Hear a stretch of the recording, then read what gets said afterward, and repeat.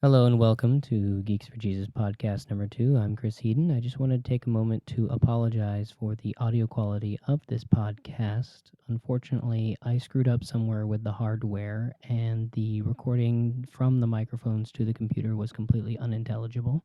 So the audio you'll be hearing today is backup from the cameras themselves. I think we've corrected the problem and I don't see it happening in the future. So I just hope you'll bear with us and still enjoy the podcast and come back for more. Thank you very much.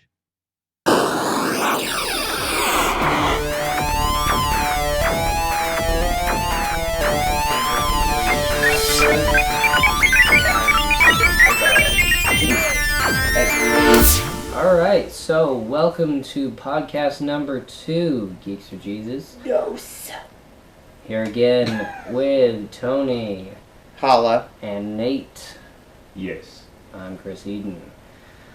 Today we decided we're going to be talking about being followers of Christ in a geek culture.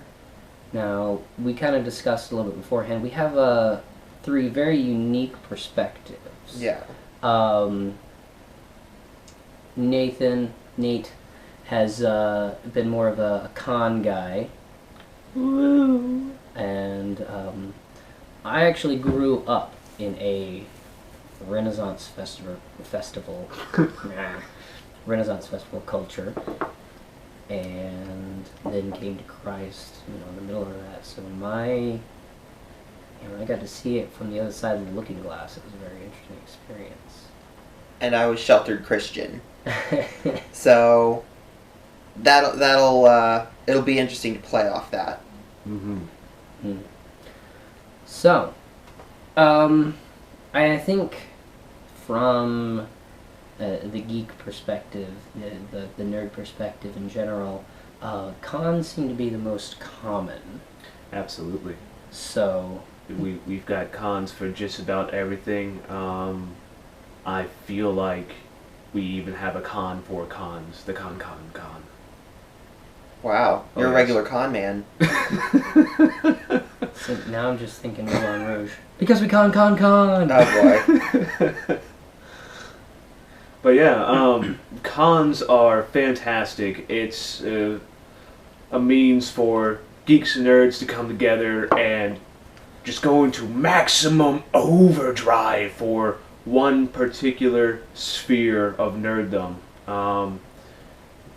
The biggest cons out there right now, there is Comic-Con for the comic junkies. Mm-hmm.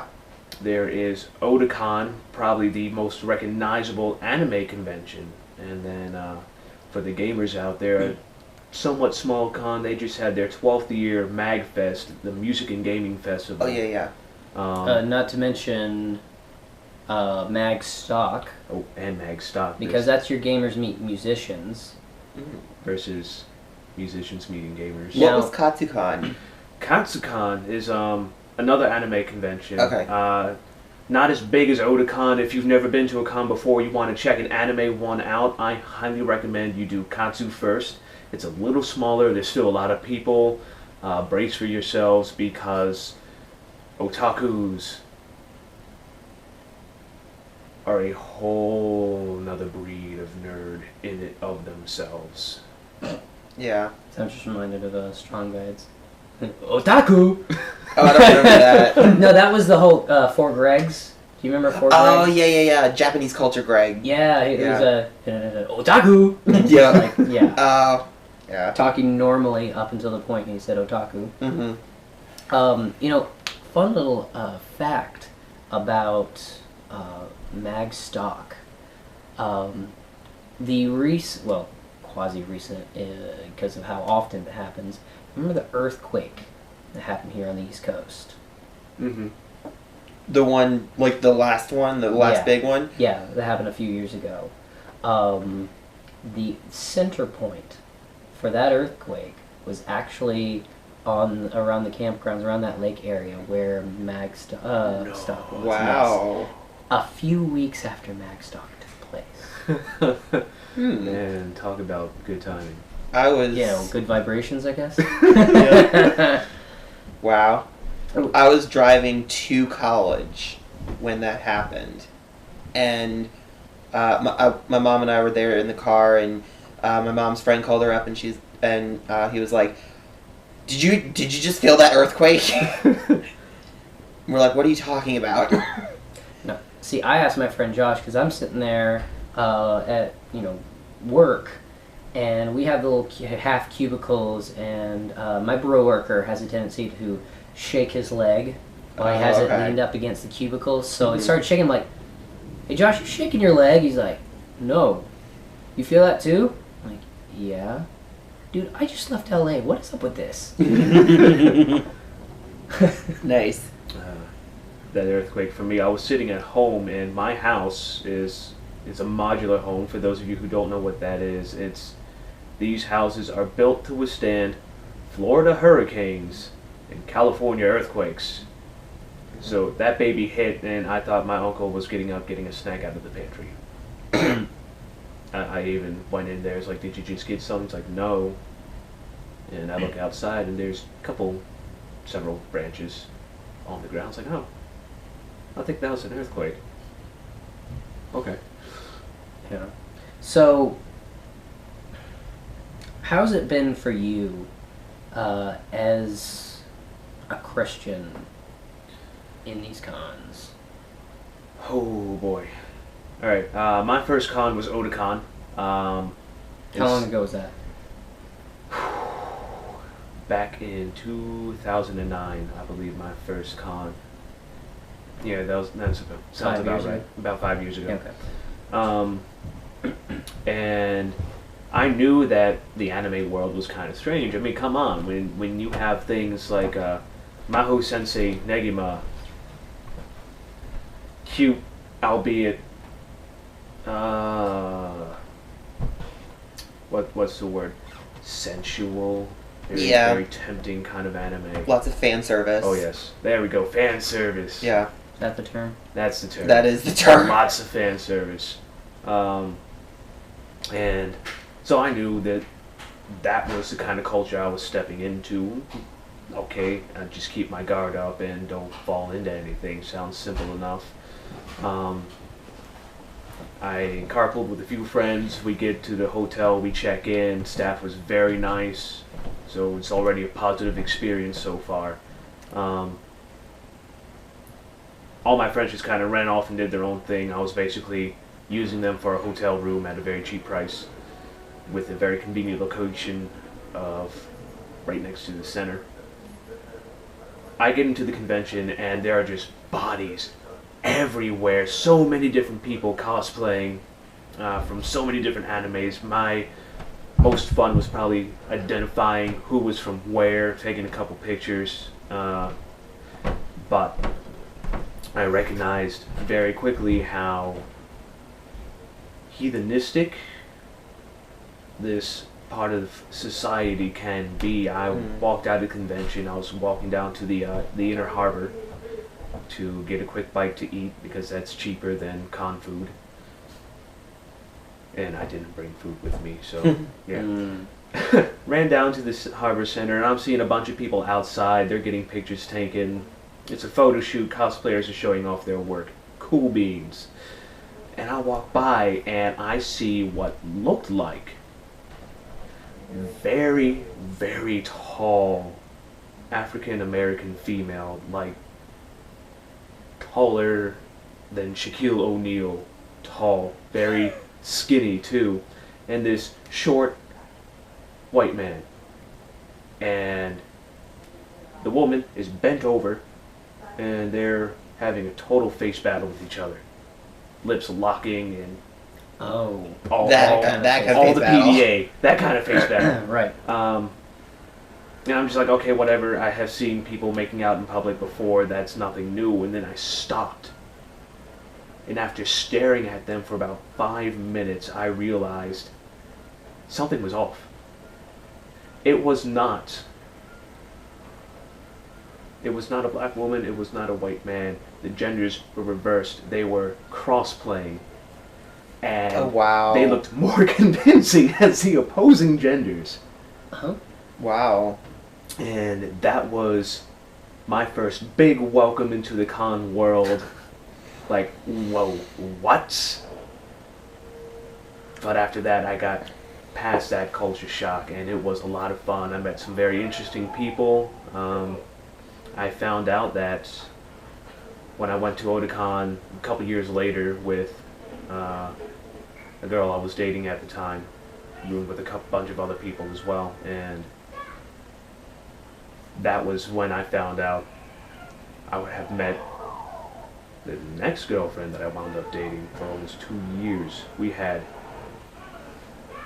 whilst I met, like we were in the same area.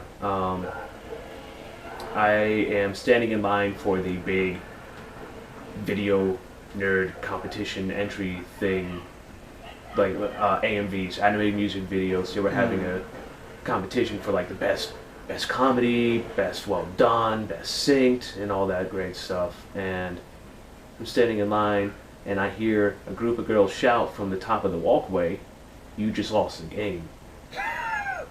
Darn you! Right.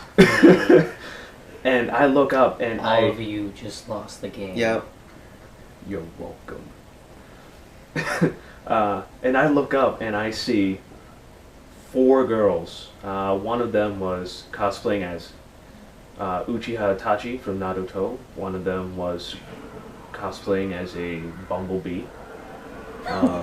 from Transformers. Oh, that bumblebee. Yeah, that bumblebee. And then a couple of other friends that I think kind of got dragged into showing up to the convention, just so that way it wasn't just 2 females all alone, which, by the way, the more people you can bring to a convention, the better. There are a lot of sketchy people. I can get into that story later. But yeah, that was how I found out I had actually known my last ex longer than what I knew of her longer than what I had known her, and that was just something interesting that we found out about each other while we were dating. I had a similar situation with Mike's. So I also had a similar, actually, with the Renaissance Festival. Apparently, meeting people who were grouped up. When I came with my bro worker, I got him to dress up for the first time for Fair, which is a very different experience than actually just going to a Renaissance Festival. You know, when you get in costume, it's kind of like stepping into a deeper level of the festival and how people recognize you and how people interact with you. Yeah. Oh, absolutely. So I was there, with him, and he ran into his friends from college while we were up there, and apparently one of my exes was with that group, and I had not even realized because she was with her boyfriend at the time. So usually when I see a female attached to a boyfriend, I kind of like just glaze right over. So I didn't even register. But I just thought that was fun. Actually, you were talking about, geeking out and nerding out and things like that, and Magstock. So one of our mutual friends that runs Magstock and Magfest and all that, so he Facebooked this today. Did you get a chance to read that? I did. I'm not sure when it happened or if it's always been, but whenever nerds and geeks talk and really get excited about things, I just kind of stand back and nod my head, only understanding a small fraction of what they're talking about. I remember seeing that earlier today, and I even sat there and said, I can actually say the same thing about you as soon as you get into your science and tech stuff. If you have a passion and you chase it and you know it so much, so in depth, good for you. However, unless you are surrounded by people who understand, you're always going to have that one person that's just... That's me with most of that circle of people, because all of them are so smart and so well educated in their tech, and they get so excited, but I'm like, I like the product. I have no idea what you're talking about. So, and it's I just think it's kind of funny because he gets so excited about that stuff, and especially the more obscure, the better. Right. He's another one of our actually very devout Christian friends, and he's really deep in that Christian world, or in that geek world. And it's very interesting seeing that dichotomy. And he's found a very zen balance, actually, that I find rather impressive. He's a great individual. It's been a pleasure knowing him, and he has been somebody I looked up to for many, many years before I actually got to know him. Yeah. Did you see when he put a Minecraft server on this little board? And he That- controlled. Yeah, now, you see, now here's the thing. So he made it so that it was connected to the internet, and so he was able to connect to it through his laptop. And when he used, what is it, Redstone. He used Redstone to, make the circuitry and whatnot, but when he created the circuitry, it affected LED lights on the board. Wow. So he was able to, within a fantasy world, interact with the reality. See, that's some kind of Matrix 13th floor stuff right there. Absolutely, it's great stuff. I remember, have either one of you guys played the Dot Hack series? I've heard of it. Yes, I've been wanting to find, because I keep finding another, like, a sub-version of Dot Hack on Netflix, but I don't want to watch it until I watch the original. Yeah, beautiful series, but I've read an article somewhere, I'll have to try and find it again, but the world, which is where Dot Hack takes place when they're inside the game, Japan has built a sensory deprivation pod that puts you into the world and you get to play it like how... So like the Matrix. Kind of like the Matrix, yeah. Well, it's funny because it also reminds me of Ghost in the Shell a bit. I just remember somebody saying that Dot Hack is what Sword Art Online should have been. A lot of people were disappointed by Sword Art Online. Oh, see, I put that in my queue, so I hadn't checked it out yet. Now I'm kind of... I guess I managed my I'm sorry. expectations. No, I've managed my expectations now. Well, no, I won't be as excited, so maybe I'll be impressed. That's funny that you say that, Tony, because I've just started watching Sword Art Online, and I'm actually being blown away Really? by the storytelling so far. It's a little bit predictable in some of what it does, but at the same time, I still think it's very well done. I am looking forward to seeing how this plays out. Well, I wish you the best. I mean, I haven't seen it. I'm just getting what the general consensus is from friends and stuff. Okay. But it's a plot that scares me like the Hunger Games. It's like, oh, you could play a video game and you could die. Oh, so that reminds me of Shadowrun. It's a role-playing game. Yeah. Where, especially if you're immersed in VR and you're trying to hack, there's a chance of what's called biofeedback, which could fry your brain. Yeah, that's kind of the premise with how Sword Art Online works. They have awesome gear that you hook up, and they get stuck in the game by the game's creator. And in order to get out, they have to beat the game. However, they die in the game. They die in real life. Their gear fries their brain like a microwave. And before anybody complains, there is no need for spoiler alerts. This is in the basic synopsis. I'm sorry, but I'm not sorry. Hashtag sorry, not sorry. Yeah. So, okay. Getting back on track here. Yeah. So, Renaissance festivals. That is a world of decadence that you have to be very, very careful in, because sometimes you will find people who will be your best friend, because it's a world where people will open up very easily. I was culture shocked when I came up here to the north, because people are a lot more standoffish. So, even going there, though, it's not as open as it was at the Texas Renaissance Festival, but it's still way more friendly there, and way more open, and way more, hi, I don't know you, but we're going to be friends now, than it ever could be, outside of it. There's kind of there's an atmosphere where it really is eat, drink, and be merry. So, it's kind of like not only a mutually understood situation, but also there's almost a palatable tone. The smells, the texture, the sight, everything kind of relaxes you, which, if it's kept platonic, is a very wonderful experience, but there are temptations galore.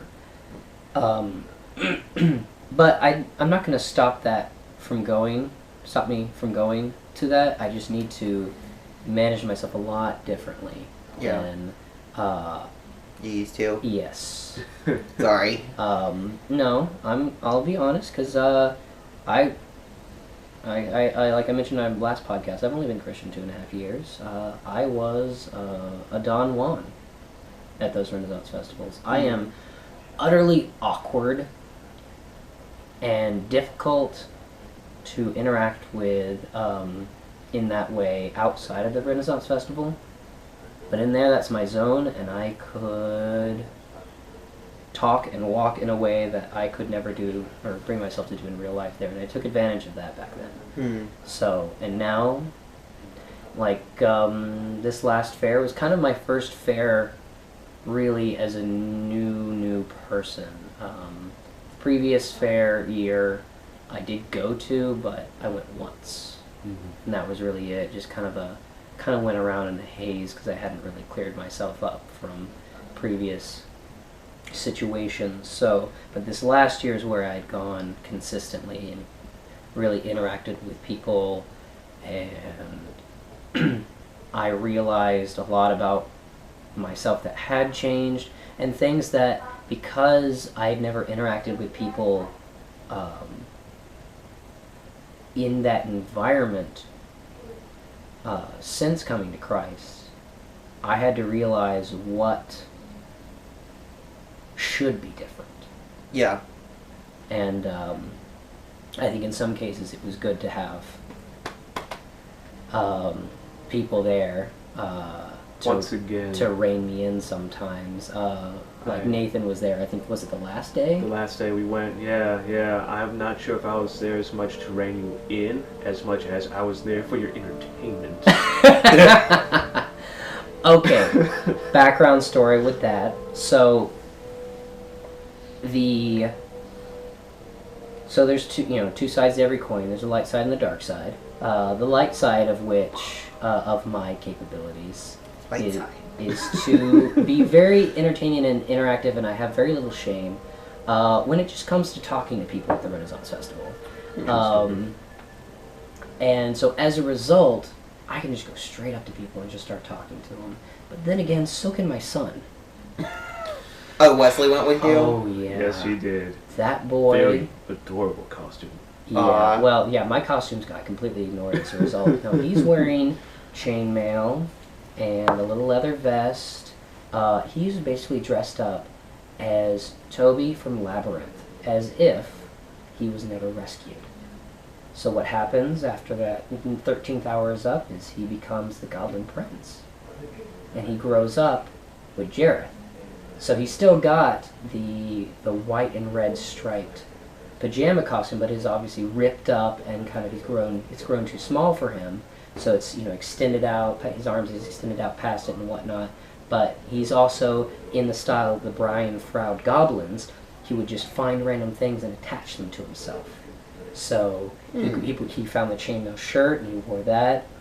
I made the torso out of aluminum, so it was a lot lighter, and the sleeves were the large ring steel.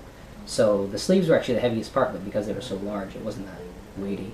But then it had a leather vest on top of it. He had this stitched leather hat that he wore with a little chin strap.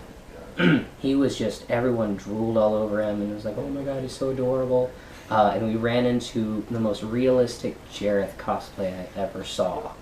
And they took their picture together. I could have sworn it was like looking straight into the eyes of David Bowie himself. That's how realistic this guy was. Even the wrinkles were in the right place. Wow. Yeah. This person was designed to be David Bowie. I feel bad because I'm not getting a lot of this because I haven't seen Labyrinth either. Okay. I'm like, long ago. You need to see it. I'm still coming of age. in the nerd world? In the nerd world. Yeah. I've got my things, but... You expand your horizons. Yes. It'll come. So this boy could be honed into a weapon. Gross misuse. A toddler. He's 6. Okay, gross misuse of a 6-year-old. All right. So he had no problem talking to people or whatever, so introducing himself. So at one point, Nathan saw this girl that she thought was cute. She was one of the Ninja Turtles. One of 4 girls dressed up as Ninja Turtles. So I asked him, I was like, I just handed him this piece of paper. He said, hey, what's your name and number on this? He's like, he didn't even really ask me why, which was his mistake. Lesson number 1, yeah. always ask why. At least with me. So he does that, hands it back. I go, okay. And I turn to Wesley and I go, hey Wesley, go give that to that girl. And he goes, runs off. And he's like, wait, what? No! Oh my word. Yeah. And he does it. Awesome. Yeah. And that was a little introduction, and I, got him talking to her anyway.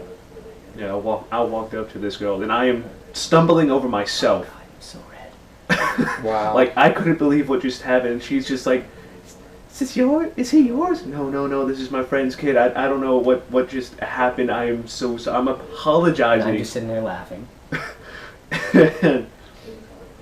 Tripping over my own words, and I blacked out at some point. I don't even remember everything. I just remember running up thinking, oh God, I am talking to this really pretty girl. And then the next thing I know, I am walking back, and did I punch you? I don't remember. Maybe my shoulder. I hit his shoulder. I'm to be walking back, expected. and I hit Chris's shoulder, and it's like, I can't believe you did that. And he did it again. Oh yeah. And again, Mm-hmm. and again, and again.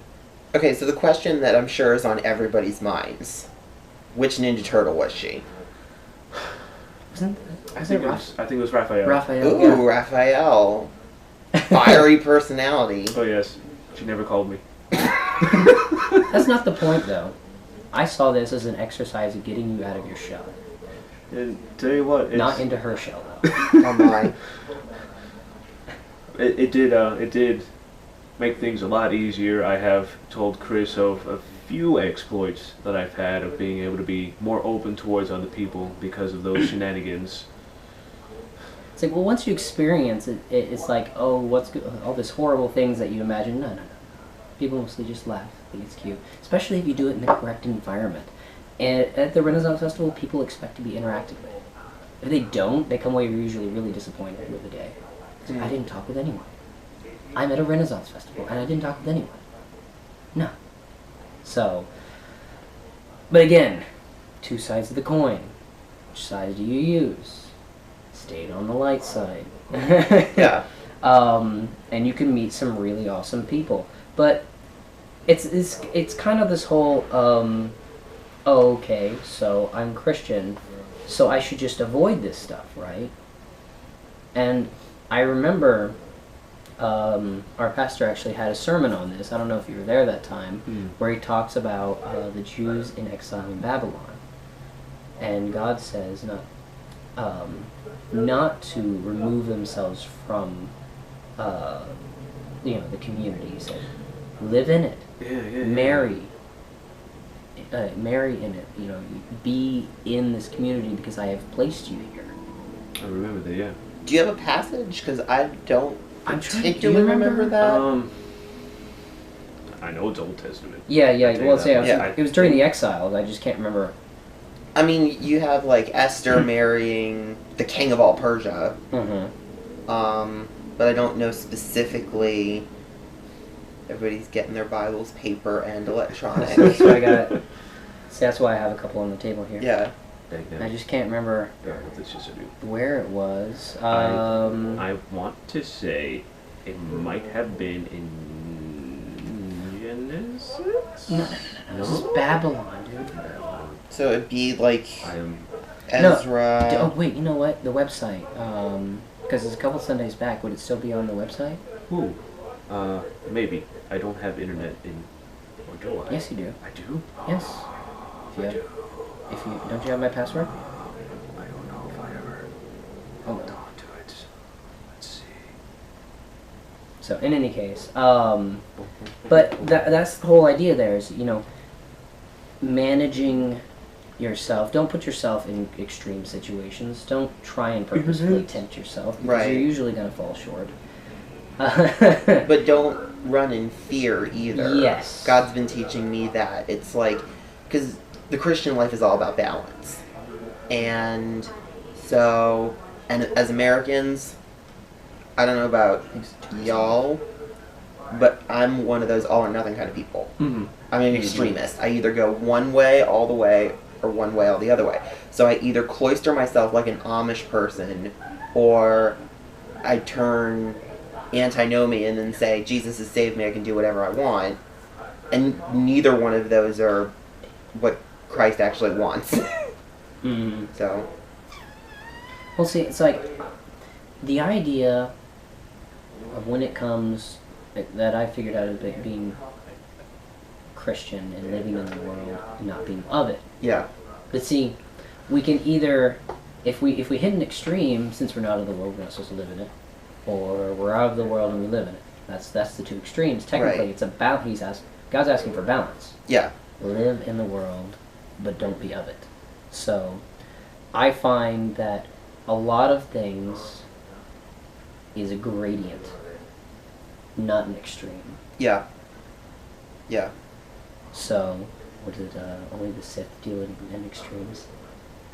See, I was thinking, because of where I'm from in the nerd world, it means that God has made us all avatars. And our job is to restore balance to the world. Right on. But that was a lame But joke. see, here's the thing: we have a chance to go out into a very heathenistic society Yeah. of the Renaissance Festival and live an example, Yeah. and to go, what's up with this person? Mm-hmm. That they have such calmness and peace of mind. Yeah. What is it that they have? What is so special about them? What's so different? And then you can be like, hey, guess what? I got this cool little thing. I was actually discussing with someone today over the internet about Pascal's wager. Oh, what's Are you familiar with that? I've heard of it. I think we discussed it in apologetics class, but Oh. So, okay, hold on. Before I get into that, then what's apologetics? I'm apologetics still... is like proving the faith. Okay, see, I'm still learning the Christianese. Yeah. And I was just about to say, I'm trying to use as little Christianese as possible. Well, that's just it, because something that I figured out, because I should have figured out sooner, because, I was on the other side of that fence, is that Christianese can oftentimes turn off non-believers. Oh, so much. So this whole, born again phrase, people are like, oh, that's so pretentious, da-da-da-da. So I actually sat down with one of my friends. It was a learning opportunity, but only because she respected me enough to listen, to explain what born again actually meant. Yeah. I was able to point to scripture and say, this is actually why they say that. Yeah. But without someone like that in their life, they're just going to be like, those Christians are so pretentious. Yeah. Did you find that thing? I found the passage, but before I get into that, I actually want to touch on how you said that she knew you and trusted you enough. You've essentially earned the right to teach the gospel with her. Yeah. And that's what we need to do as ambassadors in this geeky world. We make friends with these people, and we have to earn the right to spread the gospel. If we just go up and start just trying to preach at people, it turns them off so easily, and you lose so many opportunities. And the funny thing is this friend is a friend that I made at the Renaissance Festival. It's Yeah. So, and it's someone that I've been able to hang out with and actually have many opportunities to talk about little different points. Just, coming up. She actually came to church once, too. Awesome. So, she's like, well, I didn't hate it. I will take every little... Yeah, first start. So, okay. So, the idea of the Israelites being in Babylon came from Daniel, actually. From the very beginning. In the 3rd year of the reign of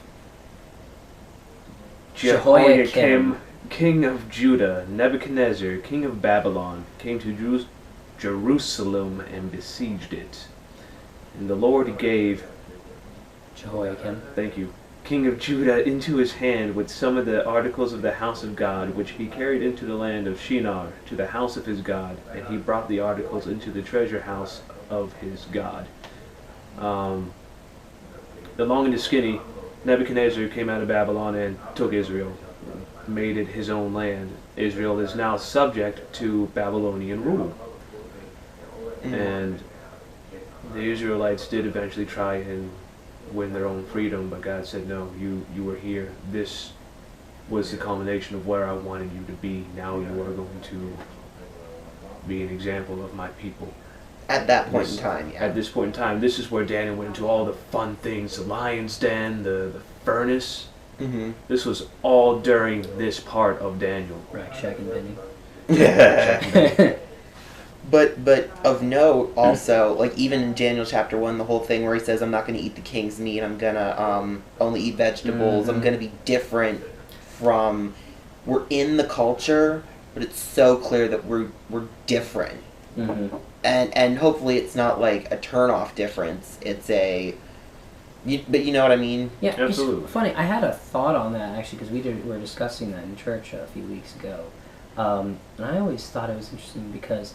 just from a science perspective, what is the rich man's disease? Does anyone know? The rich man's disease. You're waxing philosophical again.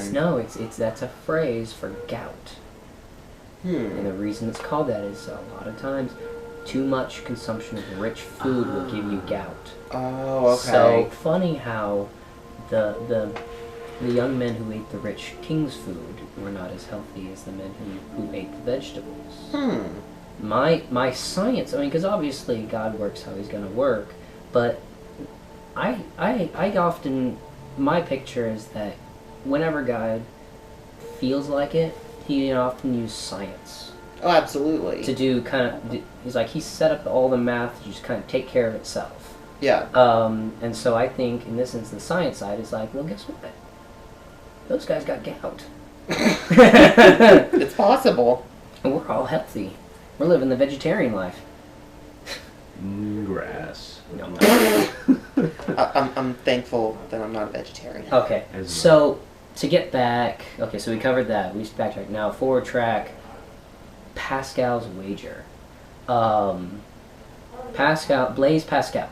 He was a French philosopher and mathematician. There's even a computer language named after him. Mm-hmm. But he had this idea of a wager. You wagered whether or not God existed and decided to believe one way or another. You made a wager of belief. Mm-hmm. And so he set up a 4-window matrix, 2x2 matrix. And so in the rows was belief versus non-belief. In the columns was existence of God versus non-existence of God. And he said that disbelief and non-existence equaled finite gain, because you got to indulge yourself in all the different whatever there was in life to indulge in, because you didn't have any rules or whatnot to go by while you're in this life. But obviously this life ends, so it's finite. And then belief and non-existence was finite loss, the exact opposite. You were restrained from a lot of those things, but your life ended, the loss ends, because your life ends. Now, on the other end is non-belief in existence, which was infinite loss, being cast out of God's presence, versus belief in God's existence, which was finite, or it was infinite gain. Because even though you may have had finite loss during your lifetime, obviously the life that happens after your lifetime will be endless, and therefore it is an infinite gain. Right. And so it was putting math equation to the whole belief versus non-belief. And it actually was one of my first steps towards opening my mind towards faith initially. Was it was the whole concept of logic. I mean, it was Boolean logic, on, off, yes, no. Gotcha. In 2 different directions to create that matrix. So, as a guy who's been around, on a computer since he was 3, did his first program in Commodore Basic at 5, I identified with that. So, and that's what I was saying. I was just talking to someone today. It's like a lot of times, because it's not saying why don't you believe. It's like, have you ever heard of Pascal's wager? And all you do is just explain it. It's a matter of fact. This is what it is. Mm-hmm. And in a way, that opens up the conversation. He was an apologetic. Yeah. So now that explains it, that's why I was curious about that. And I think it was in the 14th, 15th century, something like that. So he was super, super smart. Mm. 'Cause he set up a lot of math stuff. Mathematician, philosopher, Christian. Yeah. But yeah, just that whole, it's just doing that because the wager is, even if God didn't exist, live as though you believe, because the gain is greater than the loss. Now that phrase is kind of where it's jilted in the whole live as if you believe, because the as if means you don't. Right. But there's also a concept of fake it till you make it, and because you're living as if, if you are actually living as if you believe, you are going to naturally be opened up to that world where you are going to be exposed to the Word, where you eventually would come to actual belief. So that step isn't enough, but it's a step towards, because if you've wagered towards infinite gain, then you're going to usually go all in. So you're not going to go la la la la la when people are trying to talk gospel with you, which is very, very helpful. Kind of like with me, where most of my life, I was going la la la la. But then when I had reason to unplug my ears, that's when I heard the truth, because I wasn't plugging myself up from the truth. Yeah. Because I didn't want to hear it. So that's just one path. I think it's depending on, because again, you got to kind of evaluate the person, and sometimes that might be the best path to take for that person is to take a more logic-based approach. Absolutely. Yeah. And everybody's different, and everybody, if you think there's one way to give someone the gospel, you're most likely going to fail. You got to be like Elastigirl and be flexible. You have to be. Man got busy. You have to be a Greek amongst Greeks and a Jew amongst the Jews. Yes. That's Peter right there, ladies and gentlemen. Actually, it's Paul. Is it? No, it was Paul, dude. It was Paul? To the Greeks I became as a Greek. To the Jews I became as a Jew. To the weak I became as weak. To the nerd I became as a nerd. Yeah, man. I get he's confused. It's okay. I love Paul. He's my favorite. Yeah. No, I will give Peter his props. Oh, yeah. We were doing at the last BSF meeting. Mm-hmm. My thing that I love about... That's Bible Study Fellowship, by the way. Sorry. That's from last time, yeah. Yeah, that's right, because our new listeners and whatnot. Yeah. Okay, so... Fun thing about that is I have always loved Peter's vibrance. He is all in. He's like... Bravado. It's like... He's excited.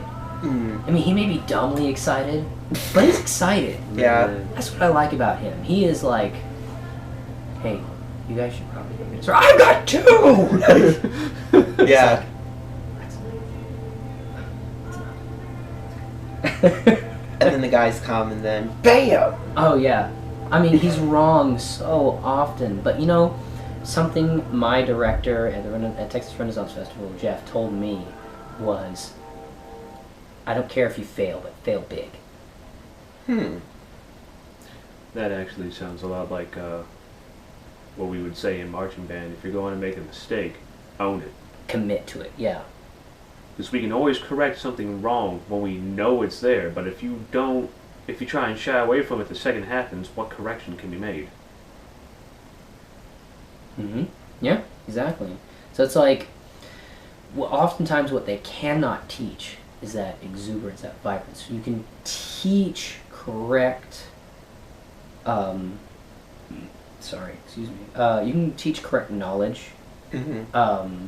You can, like in this case, biblical truth. Yeah. You can fix that, but that whole exuberance for your belief, that faith, that's something that wells from inside. Mhm. So props for him for that. Mhm. Yeah. My thing with Paul has always been like the do speech and all his little waxing poeticals that he does. Mm-hmm. But when I think about when you were talking about the whole Jew among Jews, Greek among Greeks, is kind of how he trained Timothy. Mm-hmm. Because that's why he gave him. That's why gave him the circumcision. Yeah. Simply so that he could be amongst the Jews. Even though he was talking the other day, it's like it's better if you weren't circumcised, simply Right. because under the law and all that. But Mhm. yet he did that specifically because he wanted Timothy to teach amongst the Jews, Yeah. and he understood that would cause them to stumble. Yeah. So, and I think this kind of reigns back to the whole con and the Renaissance festivals and whatnot, in those different worlds Mhm. where you are amongst your geek kind, Mhm. is that one, go ahead and live it. Two, don't put yourself in positions where you are going to make yourself stumble. Right. But three, and I think the biggest one, is don't put yourself in situations where you are going to make other people stumble. Yeah. Absolutely. Yeah. And for those out there who want to try and reach out to people, reach out as a friend first, as a fellow enthusiast. Yeah. Again, you have to earn that right to share the gospel. And plus, faith is a relational thing. You need a relationship with Jesus. And what Yeah. better way to show that relationship by building a good relationship with other people first? Absolutely. It's by example from Christ, from the apostles, that we learn what it means to be a doer of the word and not someone running through a checklist. Yeah. Mm. No, a checklist was the law, and that is what condemned man. Checklist will simply not do, because that just reminds me, my boy Nate here, just was. So I didn't get the full story. That was basically your thesis paper. Essentially, you could say that, yeah. So I had been training with a couple elders from my church, the Hagemeyers. Yep. To be a teacher of the word. Since I'm going out into the Navy, I needed some really good tools, and Mrs. Hagemeyer had approached me before about wanting to just kind of buff my leadership skills up. Mm. And I jumped on the chance as soon as the time opened up for myself. About 14 weeks later, very intensive studies, a lot of workshop stuff, I was asked to give my own talk, and I gave a talk from the book of Galatians, and the entire thing was the case of faith. And the law is not faith. And it's completely insufficient. It's insufficient. The law is a wonderful tool. God made it. Yeah. So, yeah, it's going to be super awesome, but it was made to highlight what sin was, so we knew what not to do. It reflected what sacrifice God was going to make for us later when He sent Jesus. Yeah. But so many Christians make the big no-no of trying to use the law to show how righteous they are, or to show how unrighteous Other people are. Mm. Mm-hmm. And in my talk, I had highlighted that, the law is good, again, because God made it. It helped show us the way. But Paul wrote that those who live by faith, the law is there in their hearts.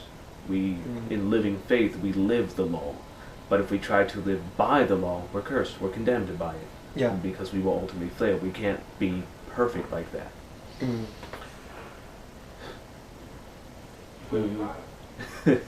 And here's another tidbit too. The law is creation. And I had said Right, that she really liked that one. I had said that those who try and live by the law are worshiping creation, Rather than something created rather than the creator, and that is a huge stumbling block for many, many people. Oh yeah. Yeah. Yeah. Now, I remember there was a couple bits from 2 Timothy that were actually spoken to me upon my baptism. I didn't know you at that point. It was a pretty interesting ceremony. Actually, was my parents are Baptist, so they flew up from Texas Aww. for it. So my dad cried. That was interesting. So to honor them, to honor your mother and father, Yeah. I was dunked. And it was winter, so we used a neighboring Baptist's. Baptismal. Yeah. So, and some of the things that were said to me, and I'm trying to remember, but as you continue in what you have learned and have become convinced of, because you know those from whom you've learned it. I was thinking about some of this stuff from 2 Timothy and the charges that Paul gave to Timothy when you were up there, and I saw, we're charging you going off to the Navy to witness. So that was heavy. Oh yeah, Yeah. it's good. So actually, I want to hear more. Tony, you've been kind of quiet, so Yeah. I want to hear your perspective, because I know you've dealt a lot with worrying about the perception of others. Yeah. Definitely struggled with man pleasing. But growing up, through no fault of my parents, through no fault of any one person, a lot of it was just the way that my brain worked and the way that God, I guess, I don't want to say the way, yes, God designed my brain, but a lot of it's the sin nature, and I had a very fearful spirit. And God has not given us the spirit of fear. I'm just realizing that now. But when it came to stuff like this, like growing up, Harry Potter was anathema. You do not talk about Harry Potter in front of me. I would get angry at people just for bringing it up. I actually tried to tell people he was the Antichrist because he had a mark on his forehead. Yeah, I was a moron growing up. But then at the same time, I liked Pokemon. I was a huge Pokemon fan. Still am today. I will try to get my friend code out there so you guys can battle me in X and Y and probably beat me. But, where's it going? Oh yeah, so I was a huge Pokemon fan, and then I had another well-meaning Christian friend tell me that Pokemon were demons. And I had almost an existential crisis. Because I was like, is this true? What if it's true? To the point where I gave away all of my old Pokemon Game Boy games, never to get them back. And God really, when I really came into my own as far as accepting who God made me and learning, or who God made me to be, without sounding like Lady Gaga, it's not the whole born this way thing. But, in college, I really came into my own as far as my faith is concerned. I saw God's sovereignty, and I saw that a lot of burdens were lifted as far as I don't have to be this perfect person.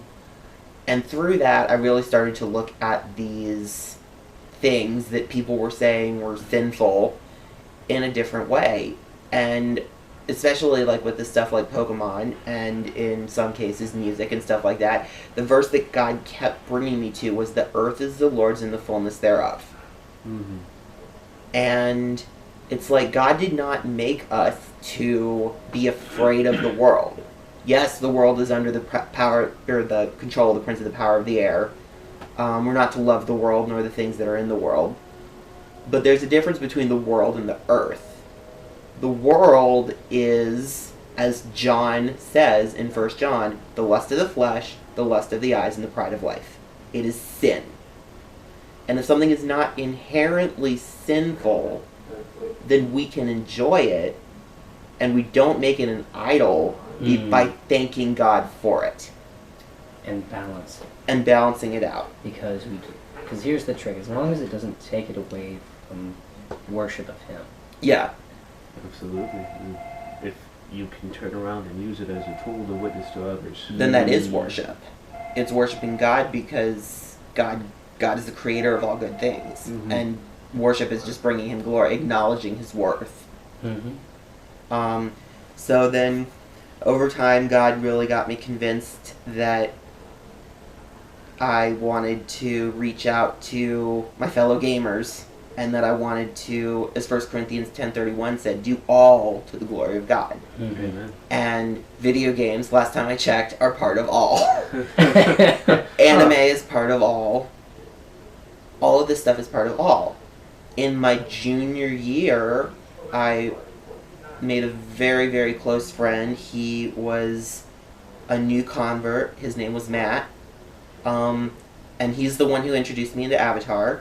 He's the one who got me back into anime and into Pokemon and into all this nerd stuff. And that's kind of the catalyst that started this whole thing, because we were in Wisconsin talking about, let's make a gang or a group or a posse called Nerds for Christ. And then I told Chris that, and Chris just took it and ran with it. And Well, you made the mistake of mentioning, like, we should have a podcast of this little chats we're having. I said that? I thought you said that. No, actually, it was you or Might have been Ethan. But the point is it was said, It was said. and I ran with it. And you ran with it. And I praise the Lord that you did run with it. Unfortunately, my friend Matt will not be able to hear this podcast. Earlier this year, God took him home for reasons which I still don't understand. Lucky him, you know? I know, right? So, like, I think a lot, and I think, you know, I'll have these weird thoughts, like, you know, in the future, or on the new earth, there'll be no ill will, there'll be no sin, there'll be no stealing. So, hopefully all this copyright stuff gets resolved, and then Matt and I can, Matt and I can write God-honoring Avatar fan fiction for at least 10,000 years. Take it bored of it. 10,000 years should be enough. Yeah. Yeah. You know what's funny? Who did the most in my youth to advocate kind of clearing up the whole stupidity of things like Dungeons and Dragons? Oh, that's devil worship, isn't it? It's my mom. My mom. I'm sitting there playing D&D with my friends, and they were like, "Are you sure it's okay? You should be playing." Like, if my friends wanted to get involved, or just other moms, were like, just like, "Oh no, it's a great tool because you have to learn about socialization because you're having to interact with other people, and it's like chess but a lot more complicated because you're having to coordinate and figure out how to solve these puzzles, but with an infinite set of variables, and you're having to learn how to use your imagination because you're creating this entire new world and these people, and you're learning to act because you're having to play as these people, but it's all fantasy. None of it's true. It's all fiction, as long as you realize that." And that's the big thing. The realizing it's fantasy and differentiating it from reality. And that's just it. It received its bad rep in the 70s when some people who were mentally sick, who were involved with that stuff, took it too far. Like one gentleman, I think, that took his life when his character died. 'Cause like, oh, my character died. I spent so much time on him. No reason to live. But That's sad. yeah, he was mentally ill, and he did not know how to separate reality from fantasy. So it's not the rap music, it's not the rock and roll, it's not the D&D, it's not the Pokemon, it's not the Harry Potter. If anything, people are gonna be sinful. It doesn't matter what it is. Yeah. They're good. Oh, it's these rocks, you know. Oh, look at these silly rocks, and these people are getting sinful over it. We're gonna try and take away the blame from ourselves, so we don't feel guilty. And then it's not gonna be that object. It's gonna be us. Yeah. I've been seeing a lot of that. As somebody who used to work with GameStop, a major game advocate, I get just a little bit upset every time I see these news articles about, you know, little Jimmy went on a violent rampage Because of Grand Theft Auto. because of Grand Theft Auto. Because A came after B, therefore A must have caused B. And it's Before B, just whatever. obnoxious. Yes, it is a very violent game. However, Mommy and Daddy, if you did not want Jimmy to play this, you should have listened to your retailer when he said, "Hey, this is a mature rated game. Are you sure you want them to play Not this?" to mention being involved in what they do. Mm-hmm. Yeah. You know, Yeah, as a don't. kid, I played Doom. Ooh. I played, like when it first came out, I played Duke Nukem. Duke Nukem 3, not Duke Nukem Side Scroller. There was a side scroller? Oh, no, yeah. that's why they called it Duke Nukem 3D. Oh. Because there was a side scroller Duke Nukem initially. Ooh. And then I played the original Wolfenstein and all that stuff.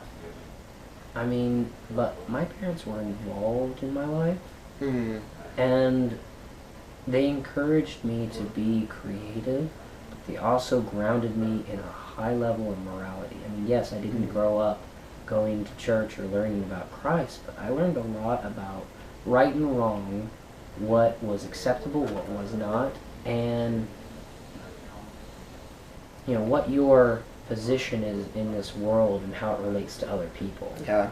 I mean, if anything, I didn't necessarily see myself as a high moral person, but I saw myself as a knight. Chivalrous knight. Chivalrous knight. Yeah. So that's the whole thing. And knights, the idealistic concept of knights, samurai, and samurai itself is it means, you know, to serve, a servant. Yeah. And what are we? We are Yeah. servants. And that's the whole idea, is these warriors, the whole idealistic purpose. If you look at the original concepts, the core unadulterated idea of them was self-sacrifice for a greater cause, for protecting the good of others. So, as long as you have that core base and you have those involved parents, I mean, they can. I don't see why kids can't even play that stuff, as long as they understand reality and fantasy, and just having involved parents who understand and can explain these Yeah. whole ideas. I mean, I have just as hard enough time explaining as my parents would have had with that as I have with my son with Sonic, and how you shouldn't take after his personality, because Sonic is a bit of a Hothead. he's sassy too. Yeah. He's really he's rude, actually. So I mean, Wesley gets this whole thing where he puts his hand on his hips or he crosses his arms and he taps his foot impatiently, because that's what Sonic does when you don't move him around. And I'm saying, you can't do that. It's rude. Yeah, it looks cute because it's a cartoon character doing it, but don't follow that example. Be involved. I just remember the trolling, "You're too slow, you're too slow," in Super Smash Brothers Brawl. No, God. Yeah, no, I wish more parents were like that. It saddened my heart every time a parent came in to satisfy their kid by getting them the hottest gaming console that they wanted, whatever that was. They leave the store, and I would joke around with my bosses saying, "Well, we just sold another babysitter." Oh, that's what I was just thinking. It's like, oh yeah, you know what that is? The Babysitter 9000. Yeah. And it was sad because sure enough, that's exactly what these things are becoming. And media parents, they instead of taking responsibility for But your actions. You say becoming, but even in the 50s, wasn't the TV that way? Touché, sir. It's always going to be something. Technology advances the whole idea of doing exactly these things. How do we make it easier to selfishly indulge ourselves? Or, I mean, because there's a balance too. Yeah, you got to get the kid preoccupied while you make dinner so you can actually get that done. But then there's a whole, let's just let him keep going so I can have my time to go do my thing. Well, I've made dinner. I've done the laundry. I have mowed the lawn. Little Jimmy's still playing on the iPad 3.5S CQ. I think it is time to indulge in some meantime and have a nice bottle or two of absinthe. Okay, that's a bit extreme. I've seen it. Yeah, Thank goodness. The absinthe. No, but Okay. but heavy drink. Yeah, no. Okay, fair Take again. That's the so idea of interesting. taking advantage of the fact that you can get all of the work done while the kid is preoccupied, and then taking it that step further. Let's have some me time. Mm-hmm. Yeah, but that's not the technology's fault. And I think No. we all agree with absolutely. that. Because Inanimate object. it's an inanimate object, exactly. And you know what?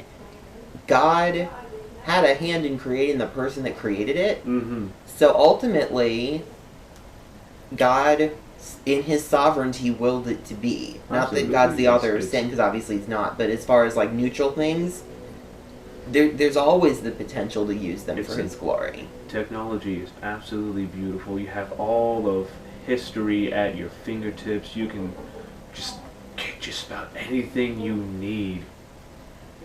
I remember, but we misuse it. I read this article on this post on Facebook. I am not that sophisticated on Facebook, and it was, how do you explain technology to somebody who was magically transported to our time from the 1950s? And the other person replied, oh, I have at my fingertips the entire knowledge and history of the world. This is essentially a supercomputer in my pockets. With it, I can do just about anything. And I use it to look up pictures of cats and funny babies on the internet. See, I've got my Bible on my phone. Yeah. Right there. And it's a huge help because you don't always have a paper copy around. Right. So there you go. That's what I do the same thing. I mean, I'm sitting here with my iPad and one of the Bibles. Shame on me, I'm a terrible individual. Okay, so I think we've reached the end of our time Yeah. today. We got some good topics now. This is Yeah. good. I want to thank you all for coming out and listening to us, watching us here. Remember, we are on iTunes. We are on YouTube. I even put us on a few other places. We are on Facebook. You should check us out. Geeks for Jesus. Like our page. Yeah. Subscribe. Leave a review, leave a comment. Let us know what you think. Maybe a topic you want us to cover. Are you a geek, nerd, Christ lover? I mean, what you got on your mind? Let us know. Maybe we'll talk about it in our next podcast. So. We love feedback and we love you. Pointing at both cameras. All right. So thank you for coming out, and we'll join you next Sunday. Peace.